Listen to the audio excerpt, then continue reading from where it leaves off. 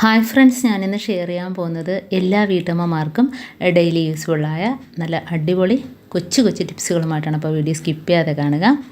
അപ്പോൾ നമുക്ക് ഫസ്റ്റ് വീഡിയോയിലോട്ട് തന്നെ കിടക്കാം. അപ്പോൾ അതിനായിട്ട് ഞാൻ ഒരു പാത്രം അടുപ്പത്ത് വെച്ചിട്ടുണ്ടേ. അപ്പോൾ അതിനകത്ത് നമുക്ക് കുറച്ച് വെള്ളം ഒഴിച്ച് കൊടുക്കാം. ഇപ്പോൾ സ്ക്രബ്ബറൊക്കെ നമുക്ക് വൃത്തിയാക്കുന്നതിന് വേണ്ടിയിട്ടാണ്. അപ്പോൾ ഞാൻ അതിനകത്തോട്ട് 1 ടേബിൾ സ്പൂൺ അളവിൽ ഉപ്പിട്ട് കൊടുത്തിട്ടുണ്ട്. പരലുപ്പാണ്.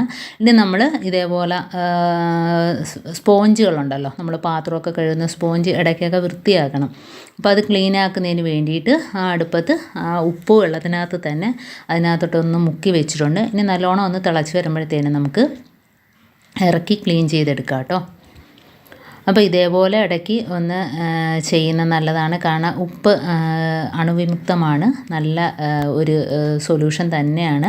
ഉപ്പിനകത്ത് നമ്മളിത് ഇട്ട് വെക്കുമ്പം തന്നെ അതിനകത്തുള്ള അണുക്കളെല്ലാം പോയിട്ട് ഉണ്ടോ നല്ല വൃത്തിയായിട്ട് കിട്ടും. അപ്പോൾ നമുക്ക് കഴുകി സ്പോഞ്ച് ഇതേപോലെ നമ്മുടെ തുണിയൊക്കെ കുത്തുന്ന ക്ലിപ്പുണ്ടല്ലോ, അതിനകത്ത് ഇതേപോലെ ആക്കി വെക്കുകയാണെങ്കിൽ അതിൻ്റെ അകത്ത് വെള്ളമെല്ലാം ഊറിപ്പോയിട്ട് പെട്ടെന്ന് തന്നെ സ്പോഞ്ച് ഉണങ്ങിക്കിട്ടും. ഇതെല്ലാം നമ്മൾ ചാരി വെക്കുകയാണെങ്കിൽ ആ വെള്ളം അതിനകത്ത് തന്നെ കെട്ടി നിൽക്കും. ഇതാകുമ്പോൾ പെട്ടെന്ന് നമുക്ക് ഉണങ്ങി കിട്ടും. അടുത്ത ടിപ്പെന്ന് പറഞ്ഞാൽ നമ്മൾ അരിയൊക്കെ ആട്ടാൻ നേരം, പ്രത്യേകിച്ച് ദോശ ഇഡലിക്കൊക്കെ നമ്മൾ വെള്ളം കൂട്ടി അരയ്ക്കത്തില്ലല്ലോ, വെള്ളം കുറച്ചല്ലേ അരയ്ക്കുന്നത്. അപ്പോൾ നല്ല സോഫ്റ്റായിട്ട് കിട്ടാൻ വേണ്ടിയിട്ട് കുറച്ച് ഐസ് ക്യൂബ് അതിനകത്തോട്ട് ഇട്ട് കൊടുക്കുക. നമ്മൾ ആട്ടുമ്പം തന്നെ ഒരു 3-4 ഐസ് ക്യൂബും കൂടെ ഇട്ട് കൊടുക്കുകയാണെങ്കിൽ നമുക്ക് മിക്സിയിലൊന്നും ആട്ടി കഴിയുമ്പോഴത്തേനും മിക്സിയിലൊന്നും മാവ് കയറി പിടിക്കത്തില്ല, ബ്ലേഡിലൊക്കെ. അപ്പോൾ കഴുകിയെടുക്കുന്നതിനും നമുക്ക് എളുപ്പമാണ്. അത് മാത്രമല്ല, നമ്മൾ ആട്ടിക്കഴിഞ്ഞാൽ മാവ് നല്ല സോഫ്റ്റായിട്ട് തന്നെ കിട്ടും കേട്ടോ. അപ്പോൾ ഒരു സ്വല്പം വെള്ളം മാത്രമേ ഇതിന് ഒഴിച്ചു കൊടുക്കേണ്ട ആവശ്യമുള്ളൂ. നല്ല രീതിയിൽ നമുക്ക് കിട്ടും. അപ്പോൾ ഞാൻ അത് അരച്ചിട്ട് കാണിച്ചു തരാം.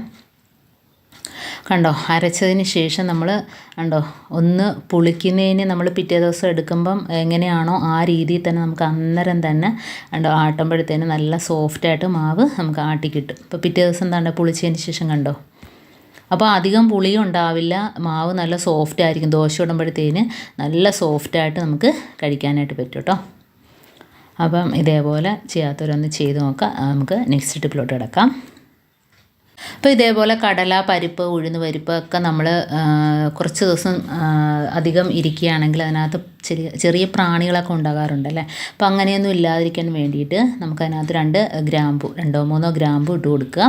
അപ്പോൾ ആ ഒരു സ്മെല്ല്, ഗ്രാമ്പൂവിൻ്റെ സ്മെല്ല് അറിയാമല്ലോ, നല്ലൊരു സ്മെല്ലാണ്. ആ ഒരു സ്മെല്ല് കൊണ്ട് തന്നെ അതിനകത്ത് ഒരു ചെറിയ പ്രാണികളോ പക്കികളോ ഒന്നും തന്നെ ഉണ്ടാവില്ല. അപ്പോൾ നമ്മൾ ഇതേപോലെ തന്നെ നമുക്ക് എന്ത് വേണേലും സൂക്ഷിക്കാനായിട്ട് പറ്റും. അതുപോലെ അരിയാണേലും പച്ചരിയാണേലും ചാക്കരിയാണേലും അതിനകത്തും ഇതേപോലെ നമ്മൾ 2-3 ഗ്രാമ്പു ഇട്ട് കൊടുത്തിട്ട് അടച്ച് വെക്കുകയാണെങ്കിൽ അരി എപ്പോഴും നല്ല ഫ്രഷായിട്ട് തന്നെ ഇരിക്കും. അതിനകത്ത് വണ്ടും പുഴുവും ഒന്നും തന്നെ ഉണ്ടാവില്ല കേട്ടോ.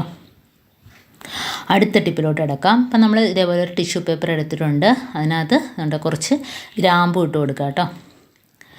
ഇനി നമുക്കിതിനകത്തോട്ട് കർപ്പൂരം കൂടെ പൊടിച്ച് ചേർക്കാം.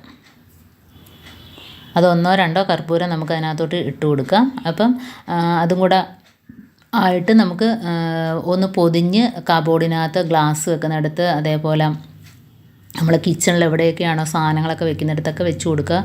അപ്പം ഇത് കണ്ടൊന്ന് പൊടിച്ച് നമുക്ക് ഇട്ട് കൊടുക്കാം. കൈ കൊണ്ട് എന്നെ ഉടമ്പം തന്നെ നല്ല രീതിയിൽ പൊടിഞ്ഞ് വരും കേട്ടോ. എന്നിട്ട് നമ്മൾ അരി ഒക്കെ വെക്കുന്ന സ്ഥലത്തൊക്കെ ഇതുപോലെ വെക്കുകയാണെങ്കിൽ പല്ലി, പാറ്റ ഈ ശല്യമൊന്നും ഉണ്ടാവില്ല.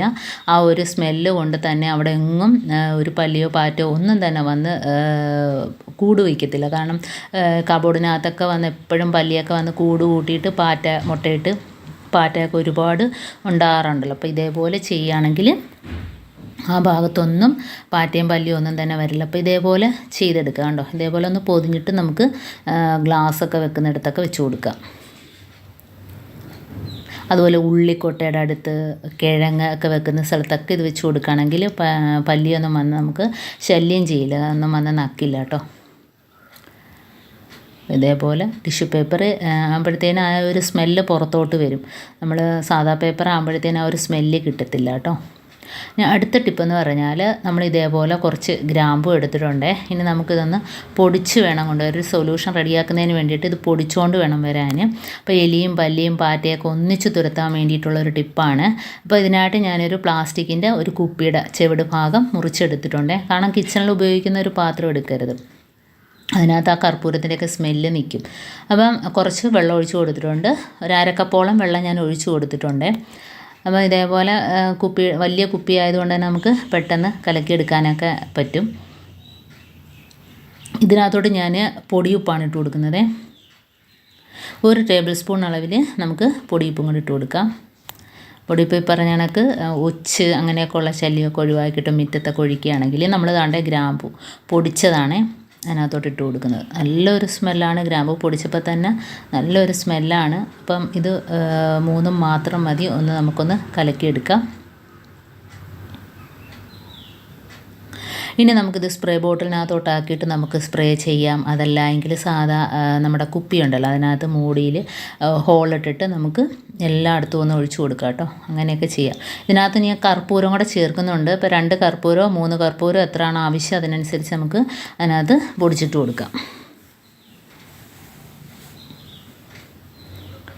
അപ്പം കർപ്പൂരവും ഗ്രാമ്പും നല്ലൊരു സ്മെല്ല് കിട്ടുന്നുണ്ട്. അതിൻ്റെ കൂടെ ഉപ്പും കൂടെ ചേർത്തിട്ടുണ്ട്. അപ്പോൾ ഇത് നമ്മൾ കാറിൻ്റെ അടിഭാഗത്ത് അതുപോലെ വണ്ടികളൊക്കെ ഇടുന്ന സ്ഥലത്തൊക്കെ എലി കയറി വണ്ടിയുടെ അകത്തൂടെയൊക്കെ കയറിയിട്ട് എല്ലാം ശല്യം ചെയ്യാറുണ്ടല്ലോ.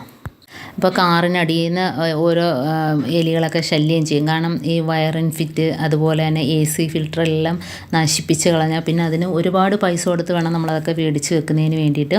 അപ്പോൾ ഇതേപോലെ നമ്മൾ കുപ്പിയിലാക്കിയിട്ട് നമ്മൾ അതിന് അടിയിലൊക്കെ കാറിൻ്റെ അടിയിൽ വണ്ടിയുടെ അടിയിലൊക്കെ ഒന്ന് സ്പ്രേ ചെയ്ത് കൊടുത്താൽ ആ ഒരു സ്മെല്ലടിച്ചിട്ട് എലി ശല്യം ഒന്നും ഉണ്ടാവില്ല. അതുപോലെ നമ്മുടെ സ്റ്റെപ്പിൻ്റെ ഭാഗത്ത് കിച്ചണിൻ്റെ ഭാഗത്ത് വാതിൽപ്പടിയിലൊക്കെ ഉണ്ടല്ലോ പാമ്പ് അങ്ങനെയുള്ള ഒരു സാധനവും വരില്ല ഈ ഒരു സ്മെല്ലടിച്ചിട്ട്. അപ്പോൾ അവിടെയൊക്കെ ഒന്ന് സ്പ്രേ ചെയ്ത് കൊടുക്കുക. അപ്പോൾ നമുക്ക് വെള്ളം ബാക്കി ഞാൻ സിങ്കിനകത്തും വാഷ് ബേസിനകത്തും ഒക്കെ ഒഴിച്ചു കൊടുക്കാം. അതേപോലെ നമ്മളെ ബാത്റൂമിൻ്റെ സീവിലൊക്കെ ഒഴിച്ചു കൊടുക്കാം കേട്ടോ. അപ്പോൾ അതിനകത്തുനിന്ന് വരുന്ന ചെറിയ പ്രാണികൾ പാറ്റ കുഞ്ഞുങ്ങൾ ഒന്നും തന്നെ വരില്ല. പിന്നെ നമുക്ക് ബാക്കിയുള്ളതാണ്ട് ഇതേപോലെ ഒന്ന് സ്പ്രേ ചെയ്ത് കൊടുക്കുക. നമ്മുടെ വണ്ടികളൊക്കെ കിടക്കുന്ന ഭാഗത്തൊക്കെ ഒന്ന് ഒഴിച്ചു കൊടുക്കുകയാണെങ്കിൽ എലിയും പാമ്പും ഒന്നും തന്നെ വണ്ടിക്കകത്തൊന്നും കയറിയിരിക്കില്ല. അപ്പോൾ ഇതുപോലെ ചെയ്യാത്തവരൊക്കെ ഒന്ന് ചെയ്ത് നോക്കുക. വളരെ ഈസിയായ നിസ്സാരമായ സാധനങ്ങൾ വെച്ചിട്ട് ചെയ്യാൻ പറ്റുന്ന ചെറിയ ചെറിയ ടിപ്സുകളാണ് ഞാനിപ്പോൾ കാണിച്ചത്. ഇപ്പോൾ ഇതിലേതെങ്കിലും ഒന്ന് യൂസ്ഫുൾ ആയിട്ട് എനിക്ക് തോന്നിയിട്ടുണ്ടെങ്കിൽ ഒന്ന് ലൈക്ക് ചെയ്യാനും കമൻറ്റ് ചെയ്യാനും സബ്സ്ക്രൈബ് ചെയ്യാനും മറക്കരുത്. അതേപോലെ ബെല്ലൈക്കൻ എനേബിൾ ചെയ്യാനും മറക്കരുത്. എന്നാൽ മാത്രമേ ഞാൻ ഇടുന്ന ഓരോ വീഡിയോസും നിങ്ങളുടെ മുമ്പിൽ നോട്ടിഫിക്കേഷനായി എത്തുകയുള്ളൂ. അപ്പോൾ ഇനിയും ഇതുപോലുള്ള നല്ല നല്ല ടിപ്സുകളുമായിട്ട് വീണ്ടും കാണാം. അതുവരേക്കും താങ്ക്സ് ഫോർ വാച്ചിങ്.